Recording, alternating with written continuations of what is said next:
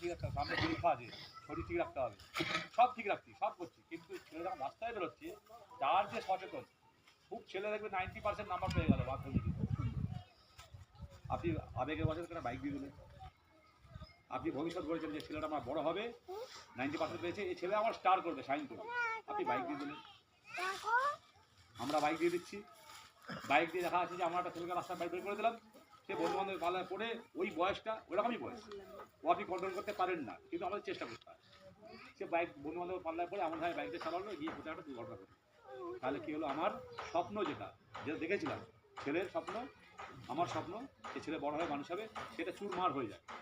এই স্বপ্ন চুরমার হওয়ার আগে আপনারা একটু ভাবুন যেটা আমাদের কী করা উচিত। আমাকে তো সরকার মাইনে দিচ্ছে, আমি তো অফিসেও বসে থাকতে পারি, আমি কেন এগুলো সে বোঝাবো আপনাকে? কোনো দরকার পড়ে না, আমি আপনাকে না বোঝালেও আমি মাইনে দেবো।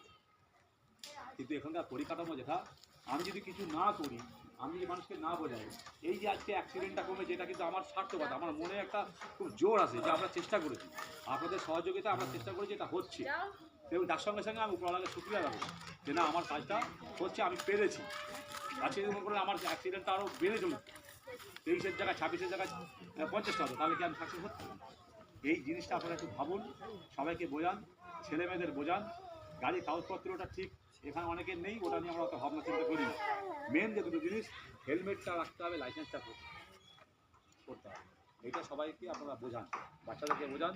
কলকাতা পুলিশ, ট্রাফিক পুলিশ সবসময় আপনাদের সঙ্গে আছে, পাশে আছে।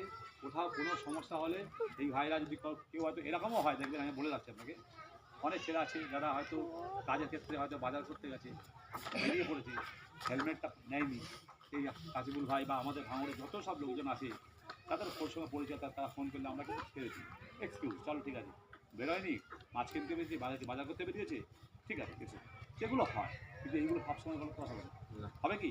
তাহলে লোক পেয়ে বসবে, বা সেটাতে আবার আমাদের ডেলিভারি করতে। সেই জন্যই আপনারা সবাই সুস্থ থাকুন, ভালো থাকুন। আমার জন্য একটু দেরি হচ্ছে, কিছু মনে করবেন না, মার্জনা করবেন, আর ছেলেদেরকে একটু বোঝাবেন, নিজেদেরকে ঠিক রাখবেন। অসংখ্য ধন্যবাদ।